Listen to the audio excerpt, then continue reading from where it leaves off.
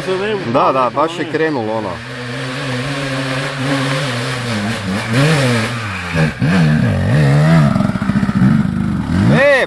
Bravo! I to na kraju, bravo! Bravo!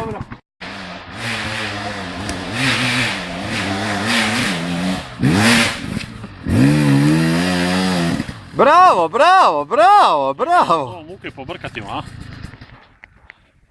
Ne, malo Cvajer ga je izgubi turicu tu. Pa slabo, pa on ga još ne zna staviti u turu. Gle ovo. I sad mu se on dignuli i gotovo, on sad... Gle ovo. Kako sad se ulovi, a? Ne mogu vjerati. Treba motor raditi pod kvačom, ako nema snage ili ga drži Iber.